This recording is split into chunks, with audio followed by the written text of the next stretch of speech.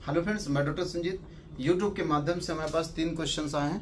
पहला क्वेश्चन आप देख सकते हैं कि यहाँ पे इन्होंने पूछा है कि क्रीम या जेल का नाम बताएं सर। दूसरा क्वेश्चन है, इन्होंने PK 378 ये इनका यूज़र आईडी है। इन्होंने पूछा है कि सर मेरा 4 वीक पहले फिशर का ऑपरेशन हो गया था, पेन कम हो गया लेकिन अभी भी वहाँ पे जलन होती है और वहाँ पे जो घाव है अभी भरा नहीं है, कितने समय में भरेगा? एक क्वेश्चन ये है। इसी के साथ एक क्वेश्चन और है, इन्होंने फैंटेंसी ब्रोकर करके हैं यूज़र आईडी। इन्होंने पूछा है सेम मेरा भी 32 डे हो गया है सर्जरी हुए, मेरा पेट नहीं साफ हो रहा है, कब्ज बना रहता है, मलद्वार का रास्ता छोटा हो गया है और पेन होता है। डॉक्टर साहब बोल रहे हैं सब सही है। तो 3 क्वेश्चन है, तीनों क्वेश्चन का हम आंसर देंगे। पहला तो क्रीम या जेल का नाम बताएं। तो बेटा पाइल्स हो या फिशर हो, इसके लिए कोई भी आप क्रीम जो मार्केट में आती है वो आप यूज करिए, लेकिन आप ध्यान रखिएगा जो क्रीम है उसका जो नोजल है वो नोजल जो है मतलब जो साइड में कट नहीं होने चाहिए। इस प्रकार का नोजल प्रयोग करिएगा। जैसे जो नोजल ये है, देख लीजिए ये नोजल, इस प्रकार का नोजल होना चाहिए। आगे से इसमें ओपनिंग होनी चाहिए, साइड में ओपनिंग नहीं होनी चाहिए। कोई हो तो बेटा तो दिखाते हैं, आपको दिखाते हैं दूसरे नोजल्स जो हमें चोट पहुंचाते हैं। अगर देखते हैं, अगर दूसरा नोजल हो तो मैं आपको दिखाता हूँ। जैसे ये देखिए, यहाँ पे आपको देखिए ये ओपनिंग इधर है, या कई बार आपने देखा होगा कि ऐसे कट वाले होते हैं। तो क्या होता है, इन दोनों में अगर अंतर आप देखिए तो जब हम इसको मलद्वार में डालते हैं तो इसके जो नोजल्स, अगर इसमें हल्का सा भी अगर रफनेस है, यहाँ पे अगर ये रब, तो हमारे गुदा मार्ग पे ये रब कर देता है, यानी यहाँ पे फ्रिक्शन की वजह से चोट पहुंचा देता है। और जब इसमें से क्रीम निकल जाती है, मान लेते हैं हमने इसमें क्रीम ला के इसको दबा दिया तो क्रीम तो साइड से निकल जाएगी, लेकिन जब ये वापस एयर एंट्री मारता है इसके अंदर तो ये हमारे गुदा मार्ग को चिपका लेता है। तो फिर हम इसको जोर से धक्का दे के इसको खींचते हैं तो इससे चोट लग जाती है। लेकिन इस तरह की नोजल अगर आपके पास है तो ये नोजल आपको नुकसान नहीं पहुंचाएगा। देखिए इसमें, क्योंकि इसमें जो दवा निकलती है वो सामने से निकलती है, जब इसमें एयर वापस ये खींचता है तो सामने से वापस लेता है, क्योंकि सामने रेक्टम होती है खाली स्थान, वहां से हवा लेना आसान होता है, तो ये हमारे शरीर में चिपकता नहीं है। तो जब हम इसको आराम से, अगर क्रीम भी आसानी से चली जाती है और निकालते हैं तो आराम से निकल भी आती है। तो इस तरह के क्रीम आप लीजिए। जैसे अभी मेरे हाथ में देखिए आप पाइलोसिड है, आप देख सकते हैं, ये आयुर्वेदिक, प्योर आयुर्वेदिक है, कोटिकल कंपनी के। इस तरह की क्रीम मार्केट में कोई भी क्रीम हो आप ले लीजिए।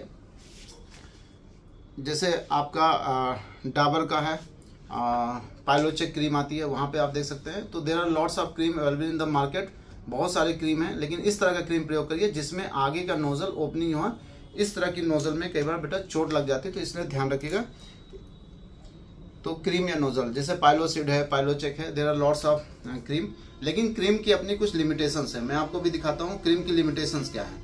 जैसे क्या होता है, क्रीम हम लगाते हैं तो जो क्रीम होती है, एग्जाम्पल में आप यहाँ बैठिए, क्रीम की दिक्कत क्या है, बैठ जाइए आराम से बैठिए। क्रीम की दिक्कत क्या है, जैसे मान लेते हैं हम यहाँ पे क्रीम डालते हैं, जैसे ये क्रीम हमारी अंदर गई, तो जब हम क्रीम डालते हैं तो क्रीम से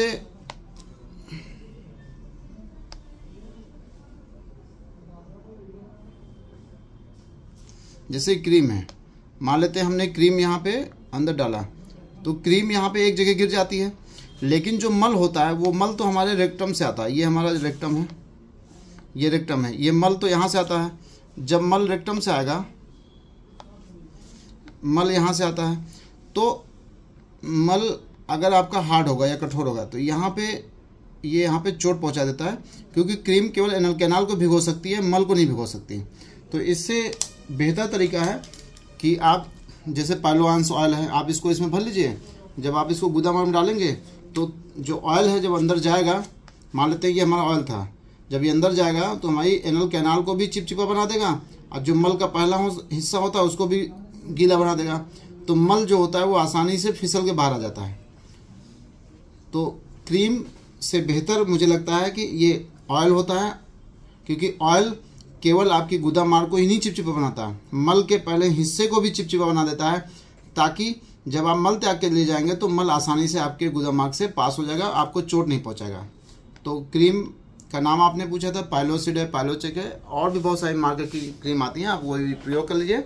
लेकिन ध्यान रखिएगा जो भी क्रीम आप यूज करिएगा उसका नोजल इस तरह प्रयोग करिएगा। दूसरा क्वेश्चन जिन्होंने पूछा था कि हमने पहले सर्जरी कराई है, हमारा जो है जो चोट है अभी भी ठीक नहीं हो रहा है, तो आप एक काम कर सकते हैं, अगर आपके डॉक्टर साहब ने आपको सिट्स बाथ गुनगुने पानी में थोड़ा सा चाहे बिटाडीन या जो भी आपको सोल्यूशन बताया गया उसको सिकाई करिए। लैट्रिन जाने से पहले, मल त्याग से पहले, वही जो हम लोग ऑयल बताते हैं, आप उसको मल द्वार में डालिए।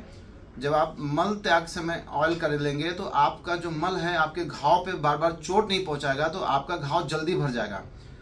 और जो है इससे जो सेकेंडरी इन्फेक्शन होते हैं वो जल्दी नहीं बनते हैं, उससे इन्फेक्शन कम बनता है और आपको जो हीलिंग प्रोसेस है आपकी बॉडी का वो तेज हो जाता है। एक क्वेश्चन आपने पूछा कि मलद्वार छोटा हो गया तो इसमें क्या करते हैं। जैसे मान लीजिए एक क्रीम है आपके पास है, उस क्रीम को क्या करिए, ऐसे लैट्रिन के रास्ते पे धीरे धीरे ऐसे मसाज करिए। फिंगर से अंदर नहीं करना है, ग्लव्स पहन लीजिए, ग्लव्स पहन के ऐसे धीरे धीरे मसाज करेंगे। तो जब आप इसको मसाज करेंगे तो जो लैट्रिन का रास्ता है वो धीरे धीरे थोड़ा सा फैलेगा। क्यों, मैं आपको इस पिक्चर के माध्यम से समझाने की कोशिश करूँ। देखिए, जब हमें, बैठ जाइए बेटा, जब हमें चोट लगती है तो ये जो होती है हमारी इंटरनल स्फिंक्टर होता है। ये जो है हमारी इंटरनल स्फिंक्टर है। मैं जो ब्लू लाइन बना रहा हूँ, देखिए ये हमारी इंटरनल स्फिंक्टर है। ये जो आप यहाँ पे ब्लू लाइन देख रहे हैं ये इंटरनल स्फिंक्टर है। और इसके बगल में आप देखिए यहाँ पे येलो में बना रहा हूँ, वो एक्सटर्नल स्फिंक्टर है। इन दोनों स्फिंक्टर की वजह से हमारा जो गुदा मार्ग होता है वो हमेशा टोनिक फेज में होता है, यानी हमेशा कॉन्स्ट्रिक्टेड होता है, यानी हमारा सिकुड़ा रहता है, हमेशा मलद्वार ऐसा रहता है। जब हम मल त्याग के लिए जाते हैं, मान लेते हैं हमारा मल था, जब हमारे शरीर से निकलता है तो ये दोनों स्फिंक्टर क्या होते हैं, ये रिलैक्स होते हैं, तो हमारी गुदा मार्ग फैलती है और हमारा लैट्रिन आराम से पास हो जाता है। कई बार हमें जब पेन होता है तो आपको पता है, जब आपको कभी सुई चुभाई जाए तो आपका शरीर क्या होगा, बाहर की तरफ जाएगा अंदर की तरफ, तो अंदर की तरफ सिकोड़ते हैं।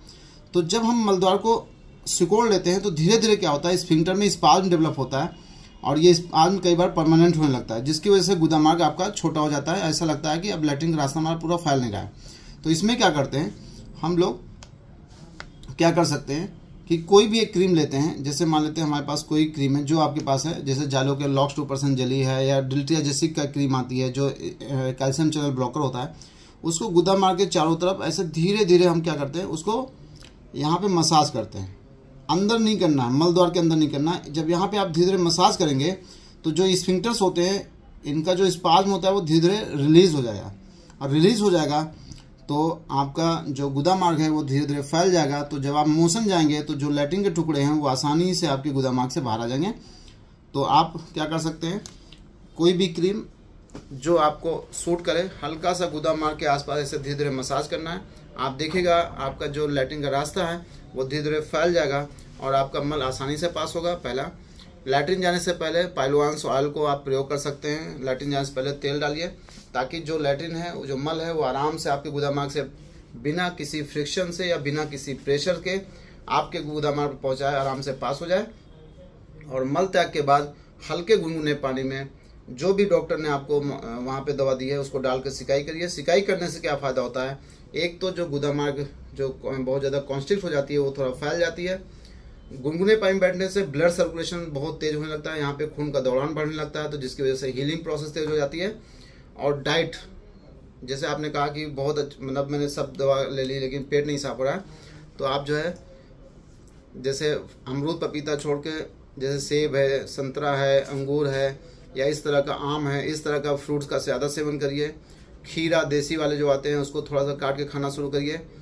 जैसे जूस, गन्ना, मौसम्बी, अनानास, इस टाइप का जूस लेना शुरू करिए। एक समय मूंग की खिचड़ी खाइए 2-4 चम्मच देसी घी डालकर, और हो सके तो दूध में थोड़ा सा देसी घी डाल के उसको पी सकते हैं। लेकिन ध्यान रखिएगा आपका कोलेस्ट्रॉल लेवल नॉर्मल होना चाहिए, तभी सब करिएगा।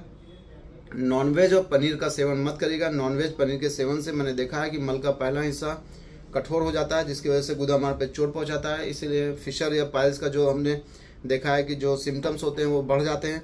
और इसके स्थान पे ड्राई फ्रूट्स में जैसे आप मुनक्का है, मखाना है, तो आप भिगो के खाइए, इसको ड्राई मत खाइए। इसको भिगो के खाएंगे तो आपका देखिए पेट आपका बहुत साफ होगा। और ओवरऑल जो पाइलोवांस का कैसे प्रयोग करना है, आपको डाइट कैसे फॉलो करनी है, सिकाई कैसे करना है, हमने बहुत सारे वीडियोस बनाए हैं। एक बार आप प्लीज़ आप देख लीजिएगा, आपको काफ़ी बेनिफिशियल होगा आपके लिए। धन्यवाद।